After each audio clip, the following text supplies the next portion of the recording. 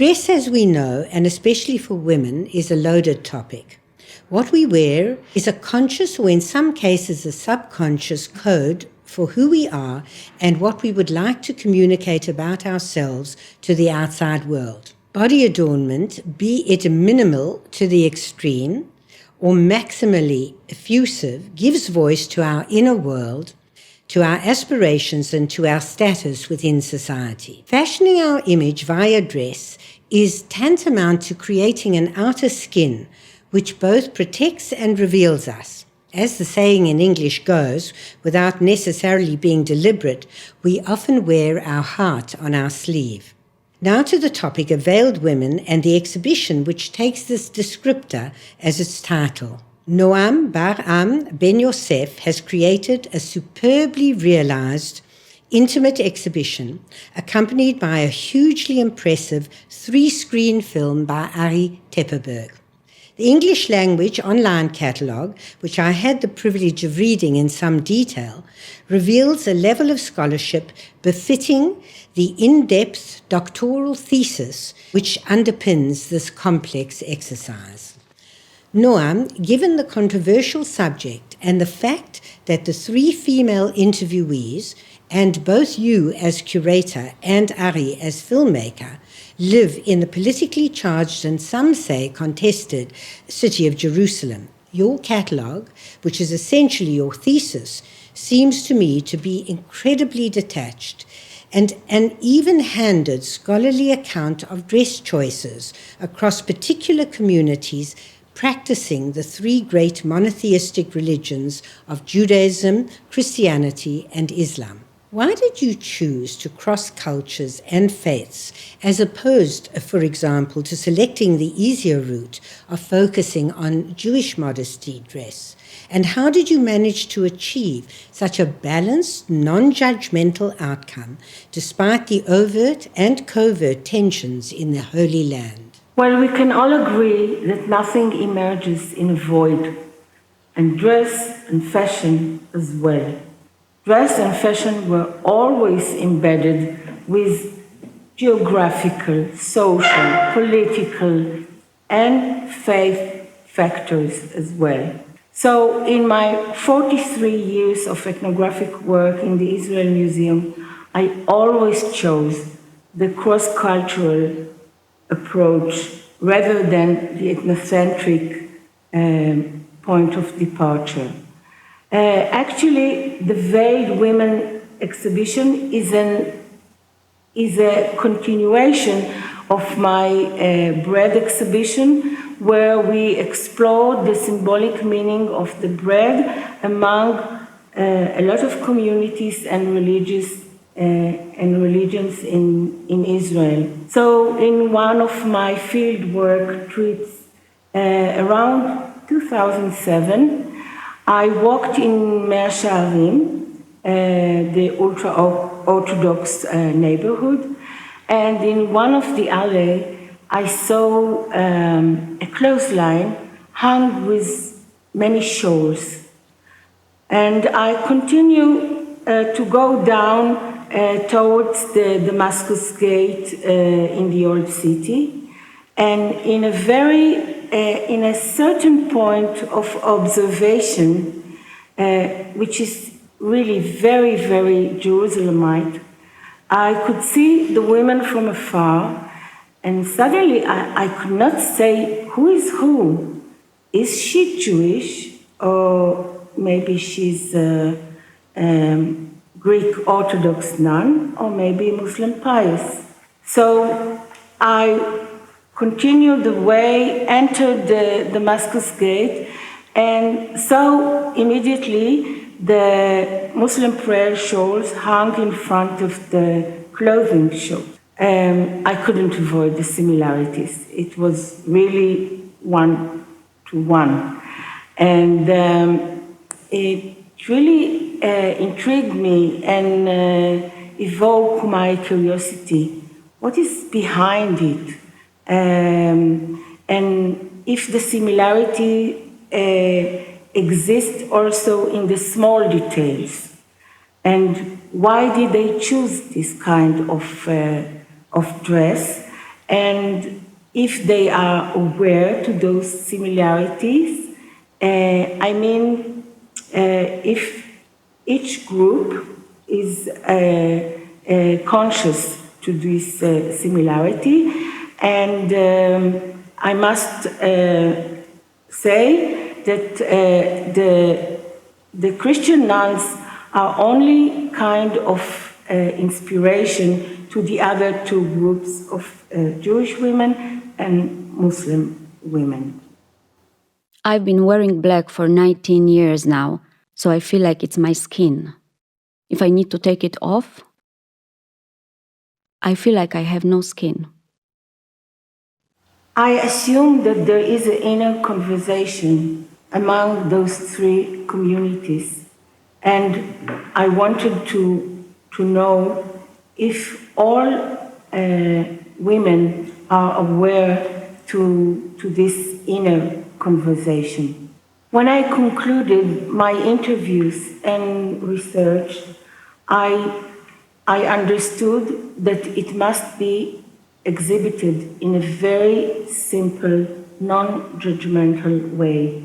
Because if I would choose a side for or against one of them or for each one of them, it would be less powerful, and I would risk the exhibition to be voyeuristic, almost gossip journalism, and I didn't want it. We have to remember that in that time, the public opinion about those women was very hostile. זה בידוד בתוך בידוד, בתוך בידוד, בתוך בידוד. לא מספיק שאת בתור בעלת תשובה כבר איבדת את המשפחה, את החברה, את העבר שלך, איבדת גם חלק משמעותי ממך, אז את גם הולכת עם לבוש שהוא כל כך שנוא על כולם, אבל אני יודעת בראש שזאת האמת לאמיתה. זה פשוט אוהל, האוהל של שרה. אז אני הולכת עם האוהל שלי עליי.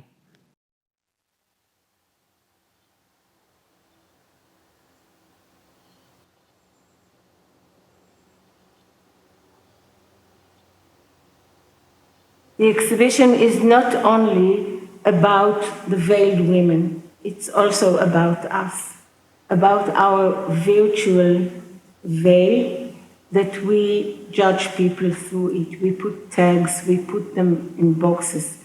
As you said, we wear our hearts on our sleeves, but at the same time, we judge people by the way they are dressed. So we wanted our visitors and ourselves to be able to lift this virtual veil even for a second and to hear the voices of the women themselves. باللحظة الأولى اللي لبست فيها النقاب حسيت عم بختنق، كان كتير صعب وكأني محبوسة مش قادرة أتنفس، ما فيش عندي هوا. لما طلعت من المسجد حسيت إنه إشي فتح لي قلبي، كل الهوا والنفس رجعوا، حسيت نشوي، حسيت إنه سبحانه وتعالى اختارني من بين مليون وحدة. מתחת לרעלה אני חופשייה יותר מכל אישה. כל כבודה בת מלך פנימה. אם אני אבחר להכניס אותך לכאן, אז תיכנס, אבל למה אני צריכה להיות של כולם? היום אני קשורה ברעלה. ממש קשה לי שיראו אותי. The habit is black because it's like we are dead to the world. Everything we do, we devote to God. This is why we have this specific appearance. This is why we keep ourselves at a distance from the world. It's like we wear a flag. When you see a soldier, you understand that he has a mission. When Ari, our artistic consultant for the exhibition and the video work producer, when we started to work, and also with our designer, Rona Chernica, it was our guidelines. And Ari can really explain you more about the process itself. Yes, well, so when Noam approached me with her vast research, the first thing I did was to try to extract essential principles out of it, and these principles would be later possible to create visual or even spatial elements upon. So, for example, one of these principles was the look from behind. As Noam described in her story before, we wanted to reenact this experience of seeing the women on the street from their backs and not knowing whether they were Jewish, Muslim, or Christian, and then needing to approach them to see who they were. That's why when you enter the exhibition, you see all the women, all the mannequins situated with their backs to us. So the visitor needs to take an active approach and to go ahead and look at the different mannequins and see their attributes and the things that make them different. This was one element, and another one was also following Rona Chernika, the designer's vision, was to try to somewhat veil the visitor's gaze. This is why we used mesh dividers. You can see them also here. So when the visitor walks through the exhibition, it's almost like an unveiling experience. Veil after veil is taken away until you reach the end of the gallery to the video work, and that's where the last veil was extracted. As we know from the exhibition wall text and from the catalogue, the three interviewed women speak truth to you and via their actress persona to the public. They are, in short, authentically themselves. The women on screen in Ari's film are expertly playing a professional role, voicing the thoughts of their real-life protagonists. All three veiled women have chosen to cover themselves from head to toe, and controversially for many exhibition and film viewers have in most cases decided to cover their faces as well. Outwardly, they look fairly similar. Their body shapes are concealed in multiple layers of black fabric. Their hair is unseen and unable to be imagined. And apart from the nuns' ubiquitous uniform with wimple and make-up bare faces, they're mostly invisible but for their eyes, and in some cases even the eyes are hidden behind a front flap or pierced fabric visor. What drives these women to obliterate themselves visually, to deny their individuality, to recede so categorically from public view? Culturally speaking, are their motivations similar? Does the decision to veil, to conceal, or to withdraw arise from the same impetus? Or are these striking similarities in outward form, at least in part, unrelated? If I might make a bold generalization, I would say that for the Muslim women, the way they dress, it's a deliberate act to profess their Muslim identity and their presence in public because they feel oppressed by the political situation. مرة سافرت مع صاحبي منقب اللي محاضرة في نابلس، وصلنا على الحاجز وكانوا هناك جنديين، قالوا لنا نرفع النقاب. صاحبتي خافت فهي رفعت النقاب طوالي. وقت الجندي بتوجه لي بقول لي يلا ارفعي كمان انت النقاب. رفعت الهاند بريكس، طلعت من السيارة وقلت له ايش بدك؟ صاحبتي هبلة بس أنا لا. تفضل، هاي الهوية، طلع هون وطلع هون على نفس العينين، نفس الشي مزبوط؟ فيلا معناته خلص مرقنا. أنا عايشة في هذا العالم لأجل ديني. على أرضنا إحنا مش قادرين ندافع، على وطننا مش قادرين، شو بقي؟ نحافظ على شرفنا، على ديننا، على مبادئنا. أنا هون، أنا موجودة، وإنتوا ما رح تقدروا تخفوني. For the Jewish women, in the beginning, my assumption was that it was a kind of protection because there was the fears of the second intifada in the air, and also the threat of the permissive secular values. But by the time I concluded, or I realized that that actually it became a kind of competition between the Jewish women and the Muslim women. In their words, if the Muslim women are so modest, we must be even more so. I would say that the Israeli-Palestinian conflict finds its place in the veiled women themselves. On the other hand, we can differentiate the reasons for choosing this kind of dress among the women for many reasons, like some of them were seeking for a much more meaningful life. Sometimes it was because of a dream. Sometimes they wanted to feel much more protected in the public domain. Sometimes they were very shy. Sometimes it was even being frightened from their own sexuality. Sometimes it was after a major crisis in their life.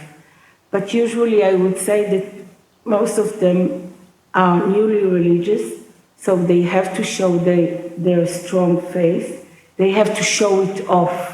They behave like a walking manifesto. They want to call other women to follow them. They want to rebel. They want to bring redemption to the world, to themselves and to the others. After all, it's not one reason. It's always a combination of several reasons. From my personal perspective, as a humanities-educated, liberal, progressive Jewish woman born soon after the Second World War in apartheid-torn South Africa, my visceral response to these veiled women is one of astonishment, mingled with deep-seated feelings of disbelief bordering on horror. Oh dear, I simply cannot help myself. I can easily live with modesty dress. I can see multiple reasons for choosing this sartorial path, which, in my mind, meshes with notions of humility as an ethos, and with the idea of standing back rather than leaning into the world. I understand, although I don't share, the need for detachment from worldly preoccupations, and I can sympathize with the desire to immerse oneself in a spiritually focused space.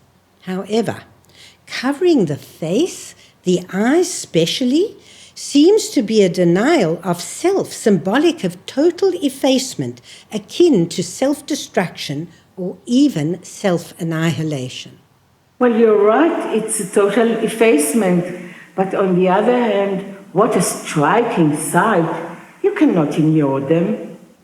Noam, how did you feel personally about these women when you embarked on your research and then later when you first met them and over time had won their trust? I must admit that in the beginning I was stunned. But gradually with time, I looked at them and it was like a choreography inside those layers of coverings.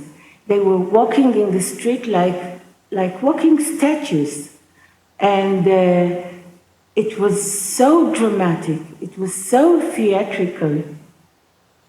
Yes, it's like a paradox when you want to make an exhibition about modesty, right? Because it's how can you expose something that wants to be hidden? This was one of the basic conflicts or tensions that we worked with, and that also gave us the inspiration for the main action in the film. For those of you who saw it, it's they take off the layers of dress and then they put it back on. And one of the fascinating things that I found when Noam showed me her research was to see how the more they cover themselves, the more they become similar in at least the way they look. Mm-hmm. But on the other hand, underneath the external cover, there are multiple layers that are actually manifestation of their particular identity. So we wanted to show the viewers this this discovery that that's actually where we see their choices, their religion, their beliefs. And the text that we hear during this action creates like a link between the day-to-day mundane ritual of taking it off and putting it back on to the emotional unveiling or unraveling of their identity and story. And this gap is where the artistic form came to our help, because we needed somehow to touch this topic without insulting our subjects, our interviewees. So that's why we used actresses to do this action and to speak these texts. So we needed this go-between so we can touch these subjects, but still keep the respect and not betray our subjects. אני חיפשתי את הגבול שלי. איפה אני מתחילה, איפה אני נגמרת, מה אני באמת רוצה. נמאס לי לתת לגוף לנהל אותי. גדלתי בבית חילוני, במושב בצפון, אבל תמיד היו לי שאלות לגבי העולם שהטרידו אותי. בתור ילדה הייתי מדברת עם השם, הייתי מתפללת לפני השינה ומברכת אותו, והיה לי הסכם פנימי שאם אני אתאמן חזק והרבה, אני אצליח לעוף לשמיים ולהתחבר עם השם. הוא ילמד אותי לעוף.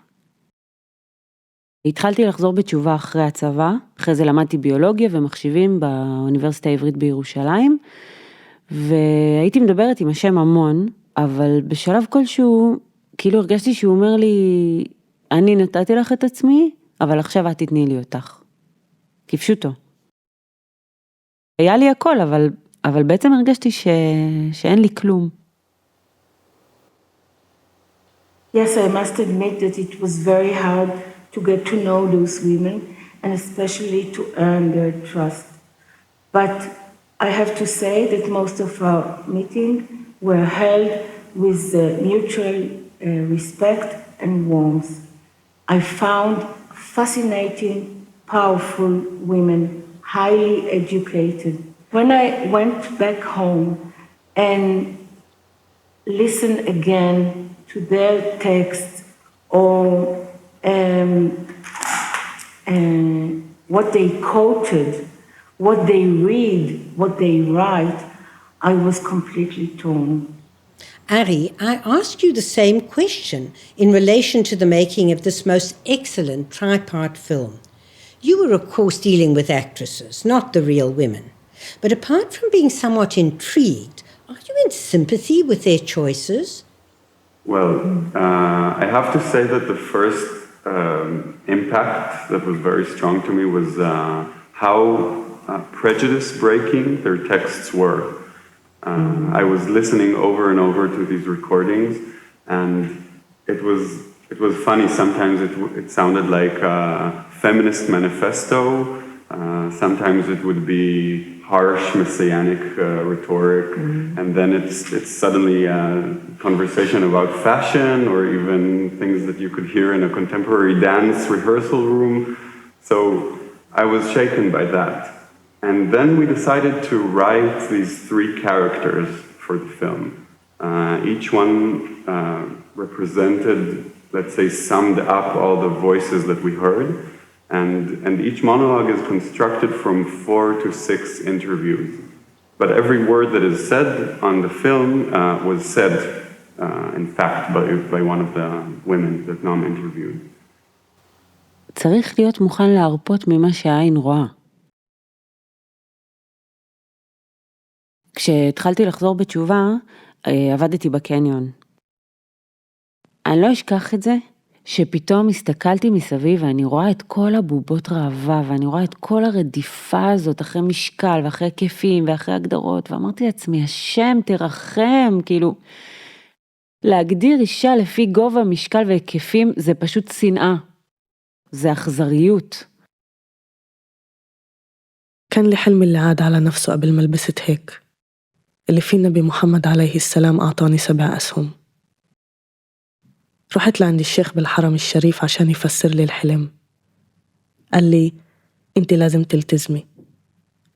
بنفس اليوم لبست الحجاب، لكن رجع الحلم. Then I decided to study medicine, so I moved to the States to study at Berkeley. One day when I was riding my motorcycle, I heard a voice inside me saying, "You have everything, but why aren't you happy?" That evening when I went home, I don't know why, but I stood for a long moment at the doorway, and that's what saved my life, because at that specific moment a huge earthquake happened. The house went off its foundation, and I looked down at the marina and saw a big pillar of flame and smoke. That was the point where the change started.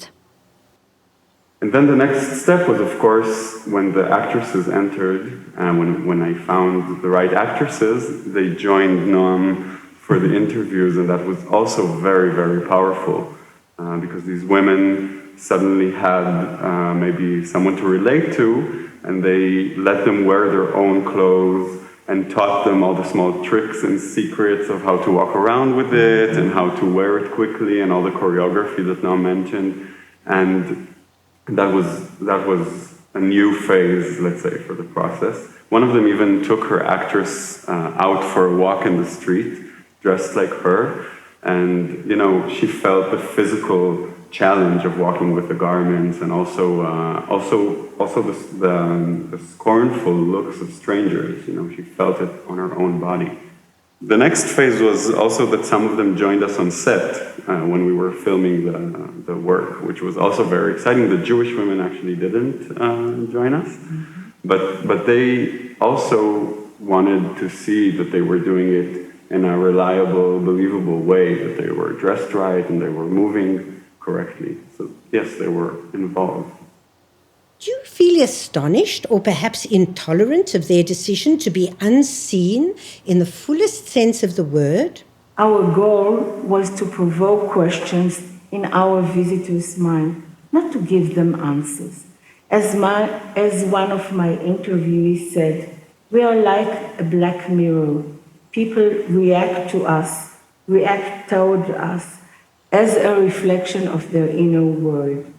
I wanted our visitor to ask himself, what do I feel when I meet those women? Am I horrified? And then why? Are those women oppressed, or in the contrary, they are much more powerful because they see, but they are unseen? What happened in our society that suddenly we witness such a phenomenon and see it even expanded? הכי חשוב לטשטש את קווי הגוף, שלא יראו את צורת הגוף או בכלל את התנועה שלו, כדי לא לעורר חס ושלום הרהורי עבירה. In every religion, if you don't focus on the meaning, you don't know why you do it. It's like in art. Faith has the ability to change the material, to give life to a material that has no life. I rest my case and bow to your experience, especially in Noam's, who miraculously in a way is connected to the hearts and minds of these uncompromising, highly disciplined, self-effacing, bent on the spiritual, veiled women. Thank you so much on behalf of our IMAC and Sky audience for generously sharing your experience and expertise. Thank you. Thank you for having us, and I hope to see you all soon in Jerusalem in the Israel Museum. Thank you, Ari. Thank you, and thank you, Gene.